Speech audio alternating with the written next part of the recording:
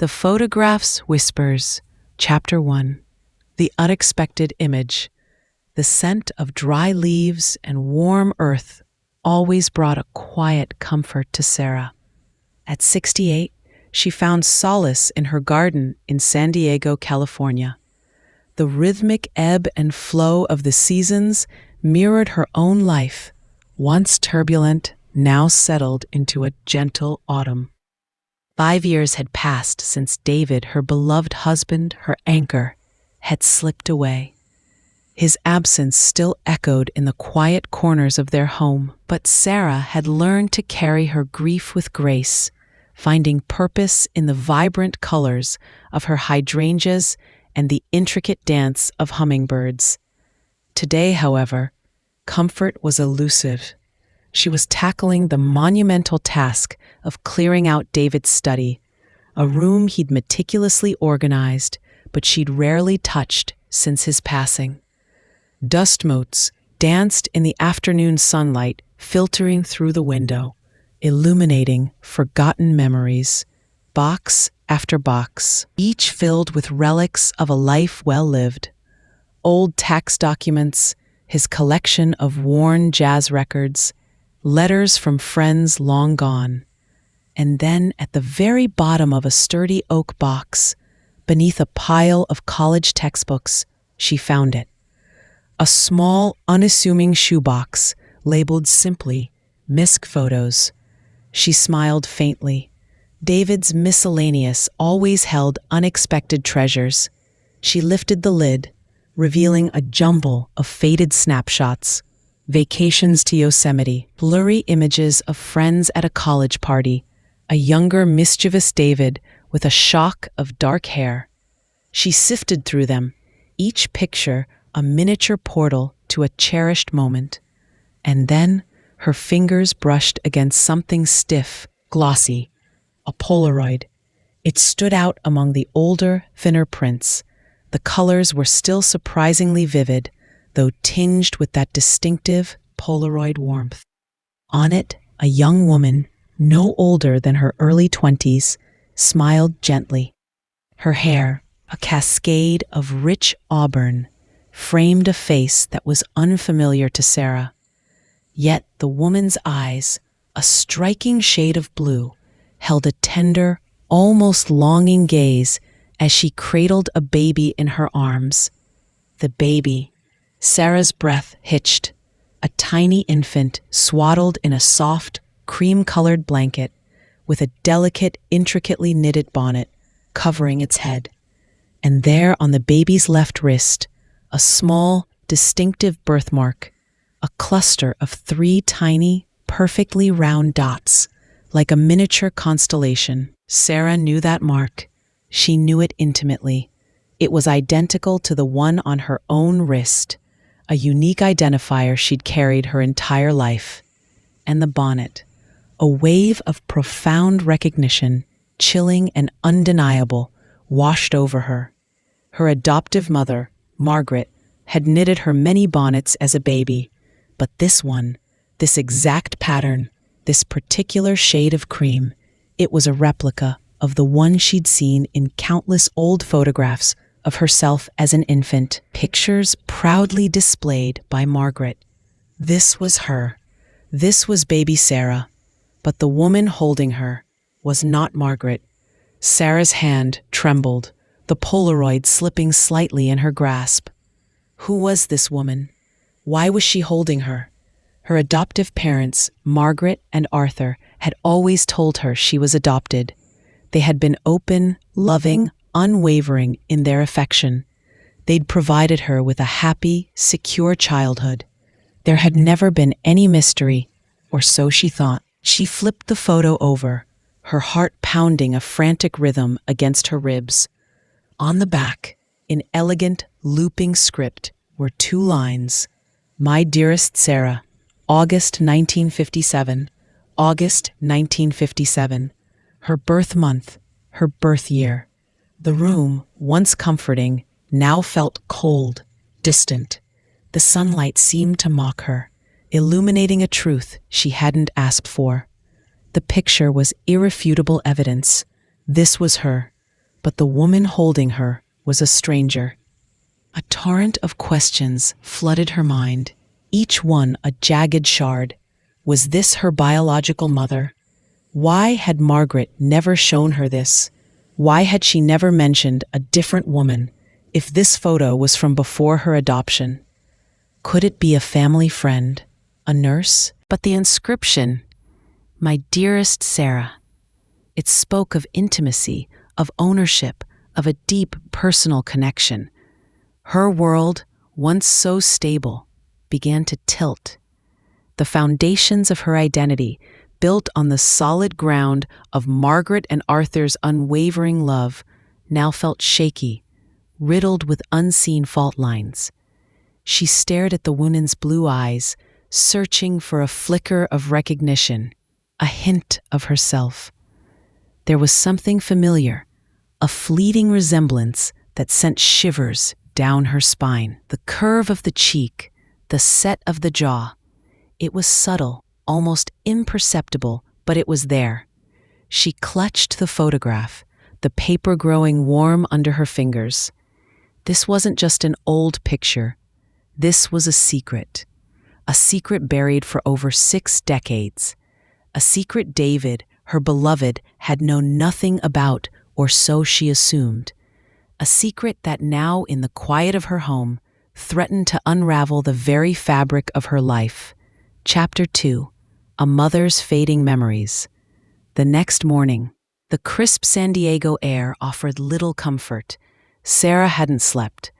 The Polaroid lay on her nightstand, its silent image a constant, nagging presence. She knew she had to speak to Margaret. Her adoptive mother at 90 was frail, her mind a patchwork of memories, some vivid, others lost to the encroaching fog of dementia. But she was the only one who could offer answers. Sarah drove to the assisted living facility, the familiar route now feeling alien, charged with a new, unsettling purpose. Margaret sat by the window, a half-finished crossword puzzle on her lap, her eyes distant. Her once sharp mind, so full of stories and laughter, now wandered, often losing itself in a maze of half-forgotten moments. "Mom?" Sarah said softly, kissing Margaret's papery cheek. Margaret looked up, a flicker of recognition in her eyes. "Sarah, dear, you're here. Did you bring the shortbread?" Sarah gently shook her head. "Not today, Mom. I wanted to ask you something." She held out the Polaroid, carefully placing it in Margaret's trembling hand. Do you recognize this woman?" Margaret's gaze focused on the photo. Her eyes, once bright with understanding, clouded over. Her brow furrowed, a cascade of fine wrinkles deepening. She touched the image of the baby, her thumb stroking the tiny face. "Oh, my sweet Sarah," she murmured, her voice a reedy whisper. "So tiny, so precious." "But Mom," Sarah pressed gently, "the woman, do you know her? She's holding me." Margaret's eyes darted from the baby to the woman's face, then back again. A flicker of something, fear, recognition, crossed her features, quickly replaced by confusion. "The woman, she was very kind," Margaret mumbled, her voice trailing off. "A sad story, a secret. For your own good, my dear." "A secret? What secret, Mom?" Sarah leaned closer, her heart aching with a desperate hope for clarity. But Margaret's gaze had already drifted, unfocused, back to the window. "The light. It's so bright today, isn't it, dear? Did you remember to water the hydrangeas?" Sarah's shoulders slumped. It was no use. The answers she so desperately sought were trapped behind the veil of Margaret's fading mind. A wave of frustration, sharp and bitter, washed over her. She knew it wasn't Margaret's fault, but the silence, the lack of explanation, was almost unbearable. "Mom, please," Sarah tried again, her voice pleading. "This is important. Who is this woman? Is she my birth mother?" Margaret's eyes snapped back to Sarah, a flicker of the old fire in them. The truth, it's complicated, Sarah. So complicated. For your own good, darling.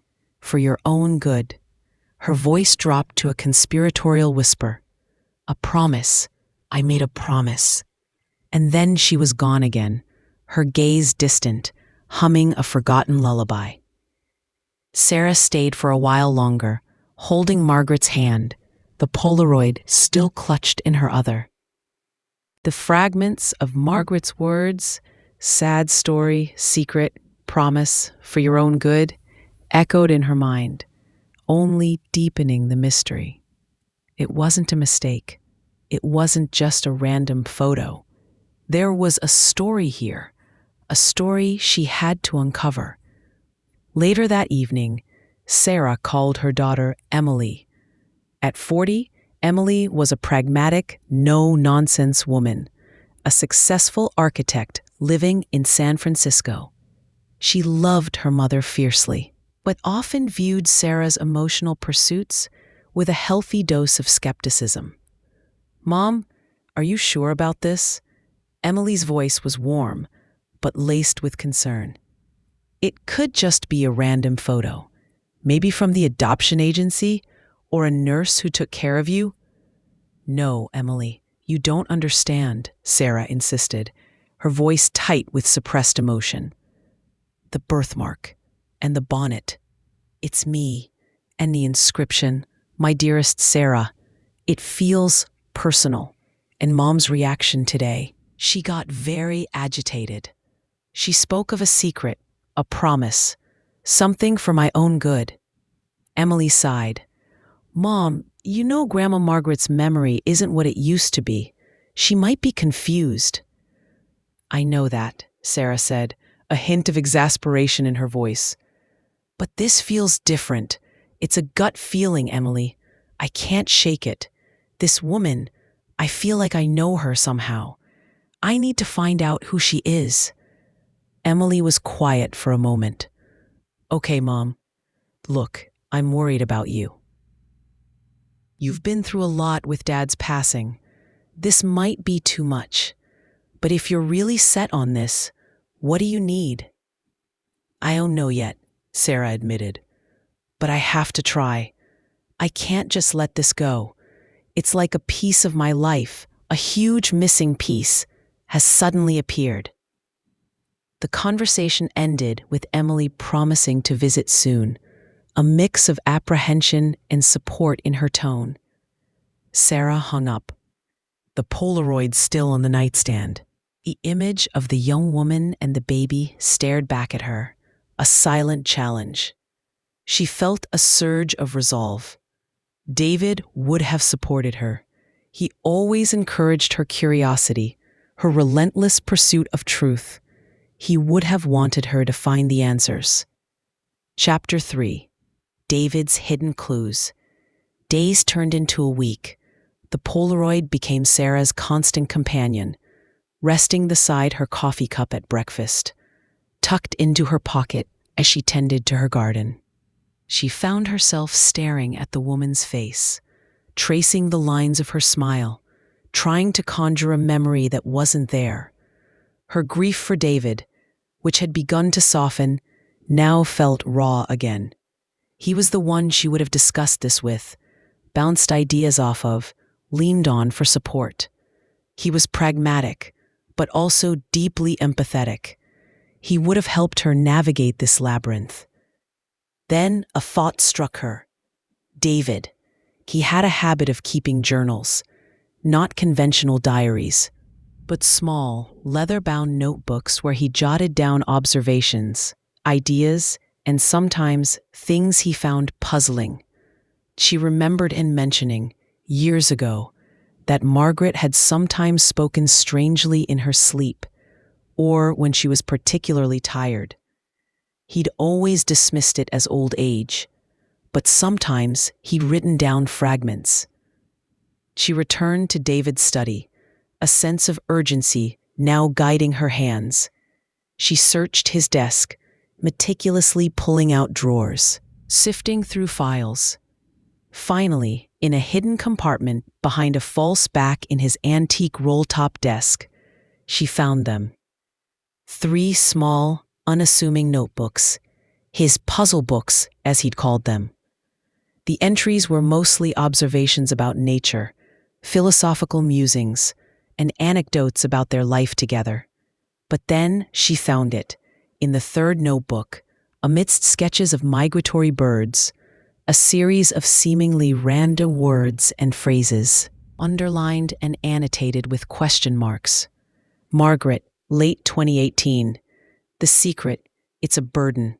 For her own good. Elizabeth, Fort Bragg. The bakery, the old town. Forgive me, Sarah, you deserve to know. Sarah's hand flew to her mouth. Elizabeth, Fort Bragg, the bakery. These weren't random words. They were names, a place, an occupation, and the P's for forgiveness. Margaret's words, uttered in a moment of vulnerability, perhaps when her mind was clearer, or when the truth pressed too heavily on her. Fort Bragg, California, a small, picturesque coastal town far north of San Diego, known for its glass beach, its rugged coastline, its quiet charm. And a bakery. The bakery. The connection hit her with the force of a tidal wave. The woman in the photograph. Elizabeth. From Fort Bragg. Could it be? Could this be the key? She immediately searched online. Bakeries in Fort Bragg, California. A list appeared. Several quaint-sounding establishments. And then one name jumped out at her. The Daily Crumb. Established 1940. A long-standing family business. Her heart pounded. It felt too coincidental, too perfect. This was it. This had to be it. She called Emily. Her voice was steady, filled with a newfound purpose. Emily, I found something. In Dad's journals. He wrote down things Mom said when she was not quite herself. Names. Places. Fort Bragg. A bakery called the Daily Crumb. I think this is it. I think I found her. Emily was quiet for a moment. Mom, are you sure you should be doing this alone? This is huge. It could be nothing, or it could be overwhelming. I have to, Emily, Sarah replied, her voice unwavering. I can't stop now. This feels like the right path. Like I'm finally uncovering a truth that's been waiting for me my whole life. Okay, Emily said, a sigh audible through the phone. Okay, I'm coming. I'll fly down to San Diego tomorrow. We'll go together. I'm worried about you doing this alone. A wave of relief washed over Sarah. Having Emily by her side, even with her pragmatic skepticism, would be invaluable. This journey, however daunting, felt less solitary now. The first step was to drive north, to Fort Bragg, to the Daily Crumb, to Elizabeth. Chapter 4, The Journey North and a Glimpse of the Past. The drive north along the California coast was long, winding through rolling hills and past rugged cliffs overlooking the Pacific. Sarah, with Emily at the wheel, felt a strange mix of exhilaration and dread. Each mile brought them closer to a truth that could either bring solace or shatter her remaining sense of self. Emily, though still cautious, was fully committed. Her quiet support, a comforting presence. As they drove, Sarah recounted snippets from David's journals, the fragmented phrases about Margaret, the name Elizabeth, the mention of Fort Bragg. Emily listened intently, her skepticism slowly giving way to a quiet wonder. It's like Dad knew somehow, Emily mused, or at least suspected, and he left you the clues. He was always so intuitive, Sarah said, a soft smile touching her lips. He probably sensed Margaret's hidden burden. He always worried about her, even as her memory faded. They arrived in Fort Bragg late in the afternoon. The town was charming, with its quaint shops and the bracing scent of salt and pine in the air. The Daily Crumb was exactly as Sarah had pictured it, a sturdy, old-fashioned building with a welcoming scent of freshly baked bread wafting from its open door. "Mom, are you sure you want to just walk in?" Emily asked, her voice tinged with apprehension. "I don't know what else to do, Emily," Sarah admitted, her heart fluttering. "I need to see her. I need to know if it's her." They stepped inside. The bakery was warm, bustling with a few late-afternoon customers. Shelves laden with artisan breads, glistening pastries, and colorful cakes filled the air with delicious aromas. Behind the counter, a woman with a kind smile and warm eyes was serving a customer. She was older, perhaps in her late 80s or early 90s, her hair a delicate silver, but her eyes, those blue eyes, they were unmistakably the same as the woman's in the Polaroid. The curve of her cheek, the set of her jaw, it was her. Elizabeth. Sarah felt a surge of emotion, so powerful it almost buckled her knees. This was her biological mother. After all these years, standing just feet away. She took a deep breath, trying to compose herself. "Excuse me," she said, her voice a little shaky, approaching the counter. "Are you Elizabeth?" The woman looked up, her smile gentle. "Yes, dear. Can I help you?" Sarah's mind raced. How to do this? How to reveal such a profound truth without causing alarm? She decided on a cautious approach. "I'm Sarah. I'm a tourist, just passing through. I found this old photograph. It's a beautiful picture, and I was hoping perhaps you might recognize someone in it." She pulled out the Polaroid, her hand trembling slightly, and placed it on the counter, turning it so Elizabeth could see. The young woman holding the baby. Elizabeth's eyes, which had been warm and welcoming, froze on the image. Her face, a moment ago soft with a smile, became a mask of shock. Her hand, which had been reaching for a pastry bag, faltered. Her gaze darted from the photo to Sarah's face, then back to the photo, a flash of profound recognition, and then raw pain. The color drained from her cheeks. Where did you get this?"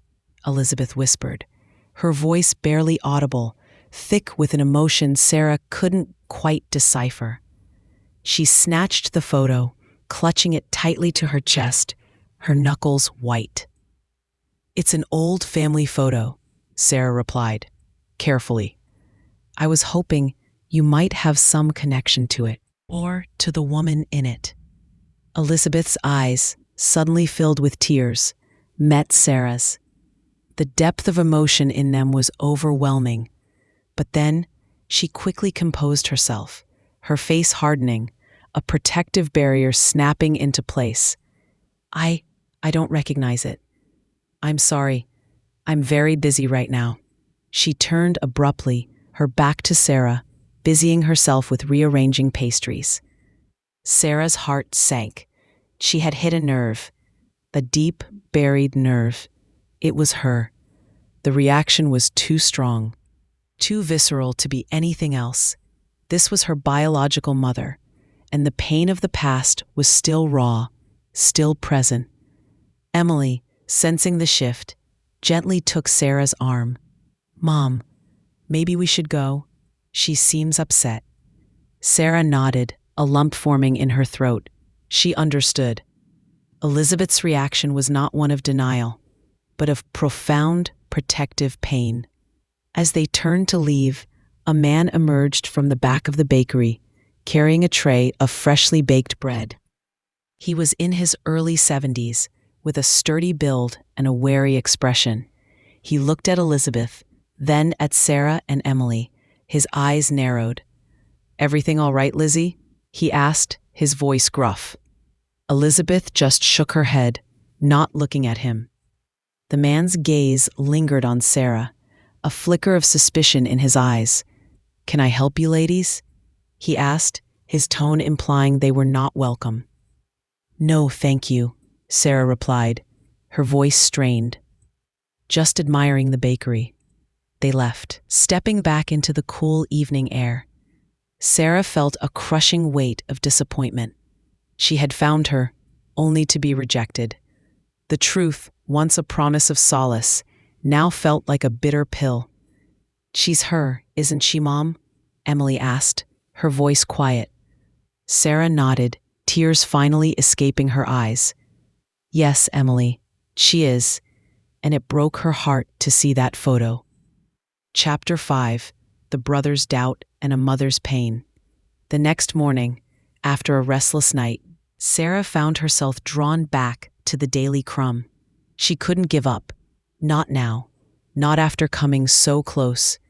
Emily, though still cautious, understood. She knew her mother needed answers. Closure. As they approached the bakery, the man from the previous day emerged, placing a closed sign on the door. He looked directly at them, his expression uninviting. "Excuse me," Sarah began, her voice firm despite the tremor in her hands. "I'm Sarah. We were here yesterday. I need to speak to Elizabeth." The man's jaw tightened. "My sister isn't feeling well. She won't be seeing anyone." His voice was cold, dismissive. "Please," Sarah pleaded. "It's important." "It's about that photo I showed her yesterday." He stared at her, his eyes assessing, suspicious. "What about it?" "She doesn't know anything about it. You need to leave." "I think she does," Sarah countered, her voice gaining strength. "I believe she's the woman in that photo. And I believe I'm the baby." The man's eyes widened slightly, a flicker of surprise breaking through his stony facade. He hesitated, then slammed the door to the bakery shut, locking it. He walked towards them, his posture defensive. "Listen, lady, my sister has been through enough. Whatever game you're playing, it needs to stop. You need to leave Fort Bragg, now." "I'm not playing a game," Sarah said, her voice resonating with a quiet desperation. "I just want to know the truth, about my birth, about who I am." "You have a mother," he snapped. "A family. Go back to them. Elizabeth is not your concern." "She is my concern," Sarah's voice cracked. "She's my biological mother." The man flinched, as if struck. His eyes, suddenly mirroring Elizabeth's blue, held a flicker of something raw. Fear? Pain? Before hardening again. "You don't know anything," he said, his voice low, menacing. "You don't know what she's been through. Leave her alone." He turned and walked quickly away, disappearing around the corner of the building. Sarah stood there, stunned. He knew. He was protecting Elizabeth. He was her brother, her biological uncle. The pieces of the puzzle were falling into place. But the picture they formed was steeped in a deep, painful history. "He's her brother," Emily said, her voice filled with understanding. "And he knows. He's trying to protect her." "Yes," Sarah murmured, "but I have to talk to her. I have to. She needs to know I'm not here to hurt her." They waited, for hours. Sarah sat on a nearby bench, the Polaroid clutched in her hand. Emily, though weary, stayed by her side, a silent pillar of support.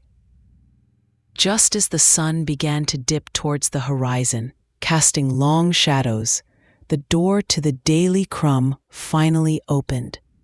Elizabeth stood there, looking frail but resolute. Her eyes were red-rimmed, but held a newfound determination. She looked directly at Sarah. "Come in," she said, her voice thin but steady. "Both of you, we need to talk." Sarah's heart leaped. This was it, the moment of truth. They stepped inside the bakery, the air still warm with the scent of baked goods. Elizabeth led them to a small private office at the back, filled with ledgers and the faint scent of old paper. She sat behind a worn wooden desk, gesturing for them to sit opposite her.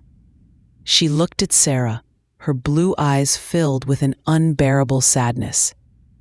"The photo," she began, her voice a low whisper. "I remember it. I took it. On the day I said goodbye to you." Sarah felt a gasp escape her. It was true. All of it. Elizabeth continued, her voice gaining strength as the memories flooded back. "Your father, my husband, Thomas. He was killed overseas just a few months before you were born. World War II. A telegram. One day, he was there. The next, gone." Her voice trembled. "I was so young, barely 20, and pregnant, alone. My family, they were very strict, very conservative. They believed it was a shame, a stain on the family name. They insisted I give you up," she continued, her voice filled with a pain that transcended the decades. "They said I couldn't raise a child alone, that I had no means, no future, that you deserved a better life, a proper family. They found an agency, a private arrangement, with a family in San Diego." "Margaret and Arthur," Sarah whispered, a wave of understanding washing over her. Elizabeth nodded, tears finally flowing freely down her weathered cheeks. "Yes, Margaret. She was a distant cousin of a friend. She and Arthur couldn't have children. They were desperate. They promised they would love you, that you would have a wonderful life, and that they would never tell you the truth, to spare you the pain, and to spare me the shame. I held you that day," Elizabeth sobbed, her voice breaking. "For the last time. I took that photo. It was the only way I could hold on to you, to remember your tiny face, your little birthmark. I never stopped loving you, Sarah. Never. Not for a single day." Sarah felt an overwhelming surge of emotion. Sorrow for the young mother, abandoned and forced into an impossible choice. Anger at the rigid societal expectations that had dictated such a painful separation. And a profound, aching love for the woman who had carried her, given birth to her, and mourned her from afar for a lifetime. She reached across the desk, her hand trembling, and gently took Elizabeth's hand. "Mom," she whispered, the word feeling both alien and utterly right. "I understand. I don't blame you. I could never blame you." Emily, sitting silently beside Sarah, was now openly weeping.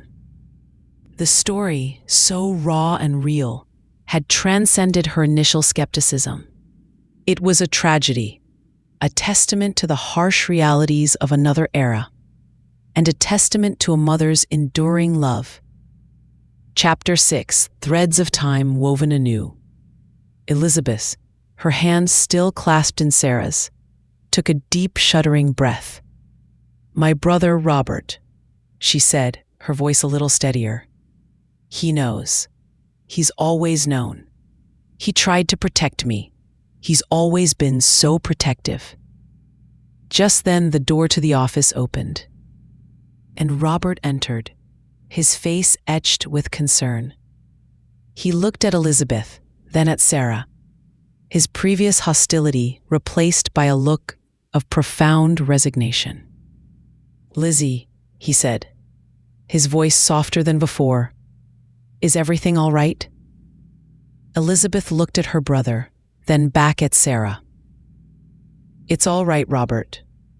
It's Sarah, my Sarah." Robert's gaze met Sarah's. He saw the tears in her eyes, the raw emotion on her face. He saw the undeniable resemblance to his sister, to their long-gone mother. And in Sarah's eyes, He saw a vulnerability that softened his heart. She's our sister, Robert, Elizabeth said, her voice filled with a quiet plea. Robert nodded slowly, his eyes still fixed on Sarah. I always suspected, he admitted, his voice rough with emotion. Lizzie never forgot you. Not a single day. Every year birthday, she would bake a special cake, a vanilla bean cake with lemon glaze. Just bake it, and then she'd eat a slice, and wrap the rest up, and put it away. It was her way of remembering, her way of celebrating you, even when you weren't here. Sarah felt a fresh wave of tears. The small, unspoken rituals, the quiet, enduring love. It was overwhelming. I have something else to show you, Sarah, Elizabeth said, pulling open a small, worn wooden drawer in her desk. From it, she retrieved a small, velvet-covered box. She opened it, revealing a collection of tiny, handmade baby clothes. A delicate knitted bonnet, identical to the one in the Polaroid. A pair of miniature booties, soft and worn, and a small, embroidered blanket. I made these for you, Elizabeth whispered, her fingers tracing the tiny stitches. Before you were born, I wanted you to have something made with my own hands. Something to keep you warm. Something to remind you of my love. Sarah picked up the bonnet, feeling the soft yarn, the intricate stitches. It was the same design as the one in the Polaroid, forming a rich, complex tapestry. Margaret, she loved me so much, Sarah said, tears flowing freely. And she protected your secret. She tried to give me the best life she could. She did, Elizabeth said, her voice filled with gratitude. She gave you a wonderful life, Sarah. I saw you sometimes, from afar. When you were little, Margaret would take you to the park. I would watch from a distance, just to see you smile, to know you were happy. It was all I could do. The depth of Elizabeth's sacrifice, her enduring love, her silent watch was almost unbearable. Sarah stood up, walked around the desk, and knelt before her biological mother, wrapping her arms around the frail woman. Thank you, she whispered, her voice choked with emotion. Thank you for giving me life, and thank you for never forgetting me. Chapter 7, A Full Circle. The reunion was not a sudden burst of joyful euphoria, but a gentle, steady unfolding. Sarah and Emily stayed in Fort Bragg for several days. They spent hours talking with Elizabeth, listening to her stories, learning about her life, her resilience, her unwavering love for the child she had given up. Robert, initially guarded, slowly warmed to Sarah and Emily, sharing anecdotes about Elizabeth's quiet sorrow, her strength, and her dedication to the bakery. He saw in Sarah not an intruder, but a missing piece of their family puzzle. Emily, who had always been the pragmatist, found herself deeply moved by the emotional intensity of the story. She connected with Elizabeth, seeing the strength and artistic spirit that clearly ran through her own lineage. She also connected with Robert, learning about a different side of her family history. Sarah learned about her biological father, Thomas, a young soldier whose dreams were cut short. She saw old photographs of him, a handsome young man with a hopeful smile, and a sense of completeness settled within her. She finally understood the full tapestry of her origins. Before they left Fort Bragg, Elizabeth insisted on doing something special. She baked a cake, a vanilla bean cake with lemon glaze, the special birthday cake she had baked every year for Sarah, but never sent. On Sarah's last night in Fort Bragg, they sat in the quiet, cozy back room of the Daily Crun. Elizabeth, Sarah, Emily, and Robert. The cake sat in the center of the table, candles flickering, casting warm glow. "Happy birthday, my Sarah," Elizabeth said, her eyes shining with unshed tears. 68 years late, but here it is. Sarah took a bite of the cake. It was perfect. Sweet, tangy, filled with the warmth of a lifetime of unspoken love. It was the taste of forgiveness, the taste of acceptance, the taste of home. "It's delicious, Mom," Sarah said, her voice thick with emotion. Robert, usually so stoic, raised a glass of sparkling cider. "To Sarah," he said, a genuine smile on his face, "and to our family, finally complete." Sarah returned to San Diego with a new understanding, a new sense of peace. The photograph, once a source of turmoil, now rested on her mantelpiece, a cherished symbol of connection. The young woman in the photo, her biological mother, Elizabeth, was no longer a stranger. She was a living, breathing testament to a love that endured, even across decades of separation. Her relationship with Emily deepened, strengthened by their shared journey of discovery. Emily, now fully embracing their expanded family, often called Elizabeth and Robert, planning future visits. Sarah continued her gardening, but now the colors seemed brighter, the scents more vibrant. The quiet solace of her home was now filled with the echoes of new conversations, new connections, and the comforting knowledge that she was loved, not by one mother, but by two. Margaret, her adoptive mother, who had given her a life of unwavering love, and Elizabeth, her biological mother, who had carried her in her heart silently for decades. The photograph, the starting point of her incredible journey, was no longer a mystery. It was a bridge that had led her from a fragmented past to a whole, beautiful, and unexpectedly expanded present. It was a testament to the enduring power of love, the quiet strength of forgiveness, and the profound truth that sometimes the greatest secrets reveal the deepest connections.